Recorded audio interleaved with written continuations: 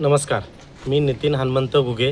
मी राहायला सैफुल्ला आहे आणि प्रभाग 26मधनं काँग्रेस पक्षाकडनं मला उमेदवारी मिळालेली आहे. उमेदवारी मिळायचं कारण सगळ्यात महत्त्वाचं सांगतो की सैफुल्ला स्थानिक आम्ही इथं राहतो.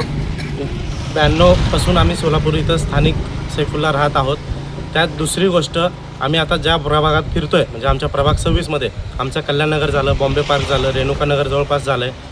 तर लोकांची समस्या फार बिकट आहे. लोकांना ना वेळेवर पाणी आहे, कॉर्पोरेशनचं पाणी नाही आहे, रस्ते नाही आहेत, ड्रेनेज लाईन नाही आहे. सगळ्यात महत्त्वाचं म्हणजे कचरा गाडी, घंटागाडी जी आपण म्हणतो ती घंटागाडी या एरियात कुठंच फिरत नाही आहे. 5 दिवस 6 दिवस आड घंटागाडी, जसं म्हणजे पाणी आपल्याकडे 5-6 दिवस आड येतं आहे तसंच घंटागाडी पण 5-6 दिवस आड येतं आहे. तर लोक फार त्रस्त झालेले आहेत. लोक आम्हाला हे सांगतात, हे बघा आत्ता नवीन रस्ता याच 6 महिन्यात 2 महिन्यात झालेला आहे, पण झालेला रस्ता लगेच उकडून निघाला हे पण लोक आम्हाला सांगतात. त्यामुळं लोक सध्या फार नाराज आहेत. त्याच्यामुळं माझी सगळ्यांना कळकळीची एकच विनंती आहे की तुम्ही पक्ष न बघता माणूस बघून सगळ्यांना 100% सहकार्य करावं आणि सगळ्यांना स्थानिक उमेदवाराची फार गरज आहे. त्याच्यामुळे प्रत्येकाने मतदान करावं एवढी इच्छा आहे. धन्यवाद. नमस्कार, मी नागिनी तैरक शेट्टी.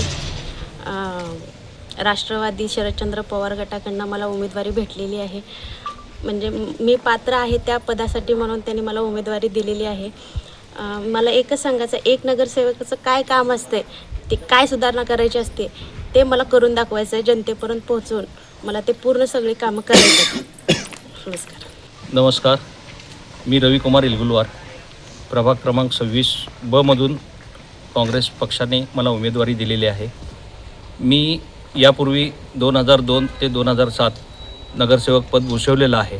या प्रभागात फिरताना आम्हाला बऱ्याच समस्या आढळून आल्या आहेत. बऱ्याच ठिकाणी सर्व लाईट्स बंद आहेत.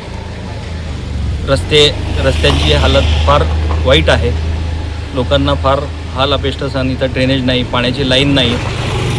मी 2004 साली नगरसेवक असताना मी 7 रस्ता ते विजापूर वेस्ट या भागात नगरसेवक होतो. तरी देखील मी या प्रभागात बरीच कामं केलेली आहेत.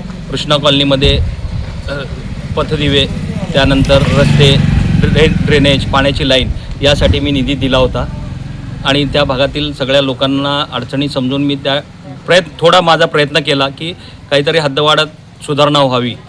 पण आता यावेळेस मला संधी आली, मी 18 वर्षानंतर मला संधी मिळाली की हद्दवाढ भागात मला उमेदवारी काँग्रेस पक्षाने दिलेली आहे. या माध्यमातून मी एवढंच जनतेला सांगू इच्छितो, तुम्ही आमच्या तिन्ही उमेदवारांवर विश्वास ठेवा.